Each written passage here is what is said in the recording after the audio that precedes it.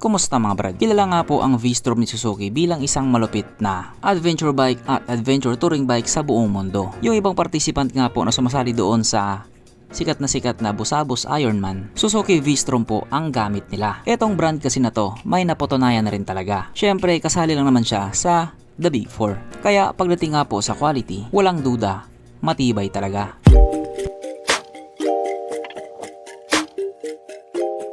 Pero syempre bago tayo magpatuloy, kung bago ka pa lamang napadpad dito sa aking walang kwentang channel, huwag ka nang mag-subscribe.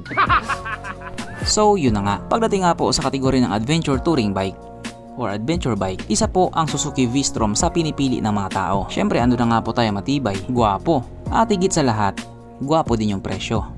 Ibig sabihin may kamahalan din talaga siya. Kaya ang hiling nga po ng iba, sana gumawa sila ng medyo mababa na displacement para naman maging mura. Kasi nga may mga tao din talaga na mahilig sa adventure bike pero hindi naman afford yung mga ganyang presyohan. Kaya ang naiisip nga po nila, babaan na lang yung displacement para naman maging affordable. At yan nga po yung good news ngayon. Yan po kasi yung ginawa ni Suzuki. Naglabas po sila ng Suzuki V-Strom 160cc.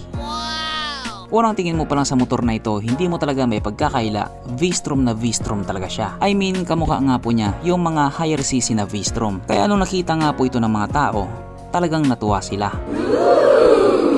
Kaso lang kapag makita nga din po ito ng mga tao, matuwa pa kaya sila? Yan nga po ang Haoji or Haojui DL 160. Oh shit! Oh shit! Yes po, isang Chinese brand. Paano nga po nangyari na naging magkamukha silang dalawa? Sino nga ba ang nanggaya? Sino nga ba ang nauna? Ang sagot nga po sa kung sino ang nauna po si Haoji or Haojui DL160. So ano nga pong ibig sabihin nun? Si Suzuki yung nanggaya. Ang sagot nga po dyan, hindi naman siguro siya nanggaya. Kasi para nga po doon sa mga hindi nakakaalam, si Suzuki po at si Haoji or Haojui ay mayroon pong partnership. May mga dati na pong motor si Haojui na nirebrand ni Suzuki. O hindi mo yun alam? Bounce lang kasi naabangan mo. Kaya sa madaling salita, itong V-Strom 160 at itong DL160 ay iisa. Ngayong alam mo na at nag-aalala ka sa quality niya, huwag kang mag-alala. Hindi ka naman daw bibilhan, sabi ni mama.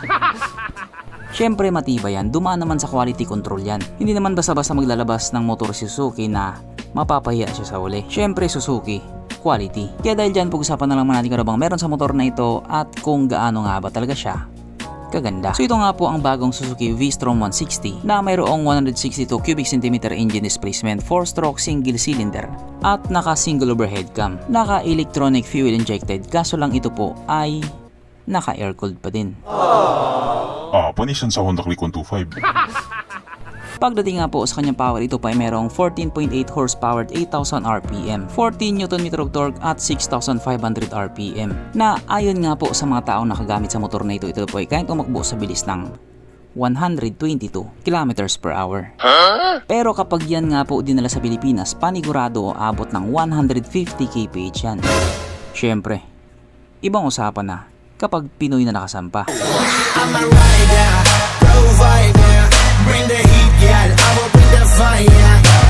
Ang kanyang tangke ay kaya magkarga ng 13 liters fuel tank capacity na kumukonsumo naman na po ng 40 km per liter. So para nga po sa isang 160cc na adventure bike na kumukonsumo ng ganon, matipid na po yun. Ang sukat ng kanyang gulong 100/80/17 sa harap at 130/70/70 naman sa likuran. Syempre parehas na nga po itong naka-tubeless. Pagdating naman po sa kanyang braking system, ito po ay naka-disc brake sa harap at disc brake din po sa likuran. At ang malupit nga po dito, parehas po itong may ABS. Yes po, naka-dual channel ABS.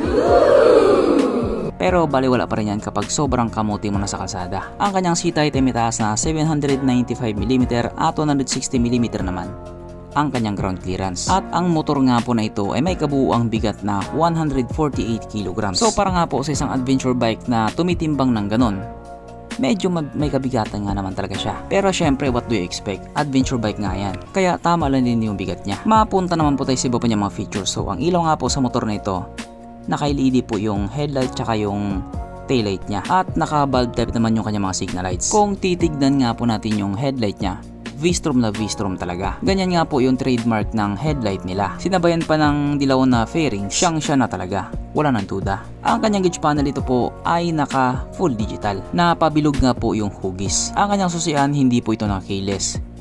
yung ordinary na susi lang. At isa nga din po sa mapapansin mo sa kanya is yung hugis ng manibela niya, na ganyan nga po yung itsura, bumagay din naman sa kanya. At syempre hindi po mawawala sa motor na ito ang kanyang USB charging port, na para kahit saan ka nga po magpunta hindi ka na mangangamba na baka manubat yung cellphone mo, kasi nga manonood ka pa ng Pornhub. At nandito na nga po tayo sa exciting na part, ang kanyang mga suspension. So sa harapang bahagi nga po ito ay ginamitan ng telescopic fork, at sa likuran naman ito po ay gumagamit ng monoshock na KYB or Kayaba brand, na ayon nga po sa mga taong nakagamit sa motor na ito, maganda ang bounce.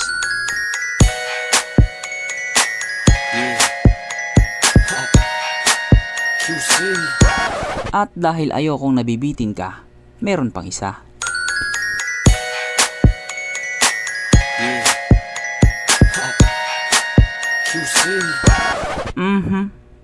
Panigurado, wala na namang nalungkot. At dahil wala nga pong nalungkot, alamin na po natin kung present nga ba sa motor na ito yung tatlong pinaka-importanting features. So una na nga po dito ang kanyang lagayan ng istalyon, at nakakalungkot mang sabihin, wala po siyang ganon. Wala siyang lagayan ng istalyon. Pangalawa, wala din po siyang sabitan ng pulutan. At oras na nga po para sa ating Red Horse check ang pinaka-importanting feature sa isang motor. At ayon nga po sa aking masusing pag-aanalisa, ang motor na ito ay kayang magkarga ng wala po siyang kargahan ng Red Horse. So therefore ang motor na ito ay hindi pala recommended. Yun lang, yun ang problema. At regarding naman po sa kanyang presyo, sa ngayon hindi pa po nila sinabi, hindi pa po nila nire-reveal. Yan po ang abangan natin kung magkano. At para naman doon sa mga nagtatanong or magtatanong pa kung available na ba ito sa Pilipinas, so sa ngayon nga po November 2024, hindi pa po siya available dito sa atin sa Pilipinas. Kasi sa ngayon nilabas pa lamang siya doon sa bansang Colombia, na kung saan nga po mahilig din talaga yung mga tao doon sa mga adventure bike. At katulad nga din po sa ating mga Pinoy, mahilig din po talaga sila sa mga extreme adventure. Pero mas lamang pa din tayo sa kanila. Syempre Pinoy tayo Pinoy lang malakas. At itong Suzuki V-Strom 160 nga po ay nasa bansang Brazil yung manufacturing niya. Kaya nag-expect din po yung mga Brazilian, yung pinsan natin, na ilalabas din sa kanila. Kasi nga po maging sila mahilig din sa mga adventure bike. Ang dami na natin. At kung maisipan nga po ni Suzuki Philippines na ilabas yan dito sa Pilipinas, panigurado bibenta talaga yan. Syempre iba pa din talaga yung decambio sa automatic kapag ginamit mo na sa mga kalsadang pinangakuan ng mga politiko. So hanggang dito na lang muna mga brad. Kung may gusto kong sabihin or gustong idagdag doon sa mga sinabi ko, mag-comment ka na lang sa baba. Okay, bye.